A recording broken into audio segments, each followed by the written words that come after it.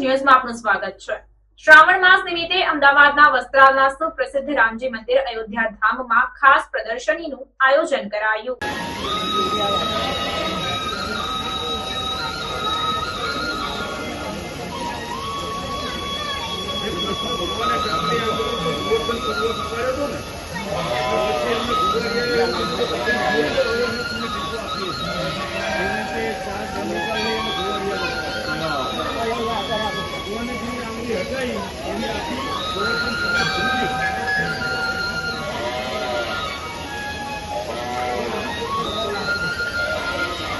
વસ્ત્રાલનું સુપ્રસિદ્ધ રામજી મંદિર અયોધ્યા ધામમાં શ્રાવણ માસ નિમિત્તે ખાસ પ્રદર્શનીનું આયોજન ત્યાં કરવામાં આવ્યું। બાબા બર્ફાની તેમજ શ્રી કૃષ્ણ જન્મોત્સવથી વિવિધ લીલાઓને લઈને પ્રદર્શની યોજવામાં આવ્યું। વસ્ત્રાલમાં આવેલું રામજી મંદિર અયોધ્યા ધામ, જ્યાં 3 દિવસનું આયોજન કરવામાં આવ્યું। સોમવતી અમાસના દિવસે પણ અહીં મોટી સંખ્યામાં ભાવિક ભક્તો દર્શનાર્થે ઉમટશે। ત્યારે અહીં શિવ મંદિરમાં અમરનાથ ધામની જેમ જ બાબા બર્ફાનીના દર્શન કરીને લોકો મંત્રમુગ્ધ થઈને ધન્યતા અનુભવી રહ્યા છે।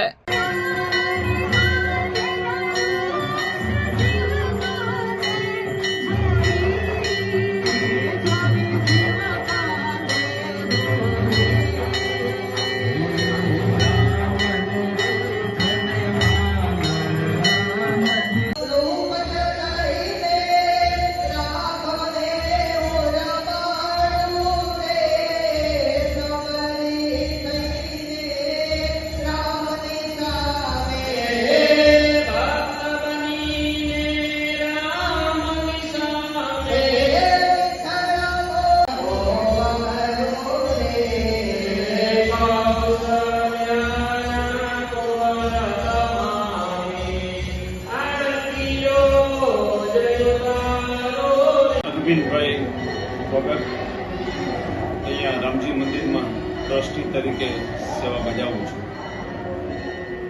અરવિંદભાઈ, આપણે શ્રી રામજી મંદિર અયોધ્યા ધામ જે ખૂબ જ પ્રચલિત છે, ત્યાં શ્રાવણ માસ દરમિયાન અમરનાથ ભગવાન છે, અલગ પ્રદર્શની છે, ભગવાનની સેવા પૂજા કરવા માટે અનેક ભક્તો લોકો દર્શનાર્થે આવે છે।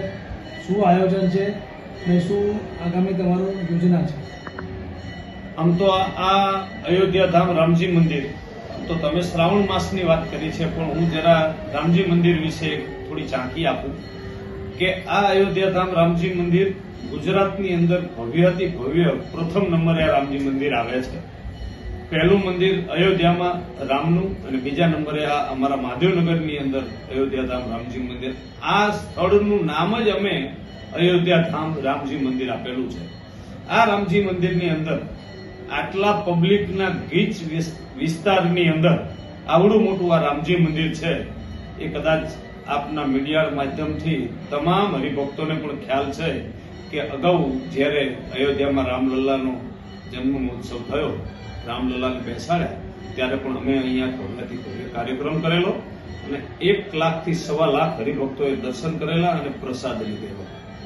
એવી રીતે અહીંયા જે ધાર્મિક તહેવારો આપણા આવતા હોય, શિવરાત્રી આવતી હોય, ગણેશ ચતુર્થી આવતી હોય, હનુમાન જયંતિ આવતી હોય, રામનવમી આવતી હોય, નવરાત્રી આવતી હોય, અથવા તો કૃષ્ણના હિંડોળા આવતા હોય, તમામ તહેવારો અમે ભાવભક્તિપૂર્વક ઉજવીએ છીએ અને તમામ હરિભક્તોનું અહીંયા ઘોડાપુર ઉભરાય છે। તમામ હરિભક્તો દર્શનાર્થીનો લાભ લેવા માટે અહીંયા પધારે છે। આ વર્ષે અમે એક અલગ નવું આયોજન એવું કર્યું છે કે શ્રાવણ મહિનાના છેલ્લા 3 દિવસો જે નાનામાં નાનો વર્ગ જે અમરનાથ ન જઈ શકે, તો એને અહીંયા બાબા બર્ફાનીના અહીંયા મહાદેવનગરની અંદર, અમદાવાદની અંદર દર્શન થાય એવી જ પ્રતિકૃતિ અમે અહીંયા બરફમાં શિવલિંગ બનાવ્યા છે અને બીજા ઘણા બધા દ્રશ્યો, એટલે કે જેમ રામ જીવનની અંદર રામે શું કર્યું, ક્યાં ક્યાં ફર્યા, લોકોને શું સંદેશો આપ્યો, એ પણ આખું અમે પ્રદર્શન અહીંયા ગોઠવેલું છે। એના પછી સબરી, તો સબરીની ભક્તિ, આજે આપણે વાત કરીએ છીએ તો ભક્તિ કોને કહેવાય, તો સબરીએ ભક્તિ કરી અને રામને મેળવ્યા છે। એ સબરીની ચોકડી પણ અહીંયા બનાવેલી છે। ત્યાંથી આગળ જઈએ તો પંપા સરોવર બનાવેલું છે, જેમ રામ ભગવાન જ્યાં રહેતા ત્યાં પંપા સરોવરની પ્રતિકૃતિ દેખાતી હતી એવી જ સેમ આ પંપા સરોવર બનાવેલું છે. ત્યાંથી આગળ જઈએ તો બાબા બર્ફાનીનું આખું ગુફા બનાવી છે. ત્યારબાદ કૃષ્ણ ભગવાને જે ટચલી આંગળી ઉપર ગોવર્ધન ઉપાડ્યો હતો એ પણ દ્રશ્ય અહીંયા બતાવવામાં આવેલું છે. અને બીજી ઘણી બધી ધાર્મિક પ્રવૃત્તિઓ અહીંયા અમે કરીએ છીએ.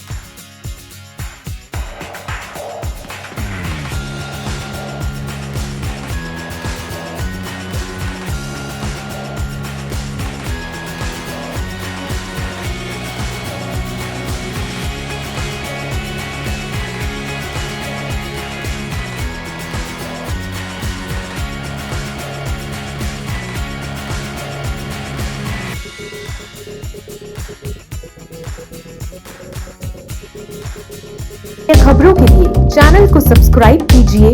खबरों का नोटिफिकेशन पाने के लिए बेल आइकॉन को जरूर दबाएं।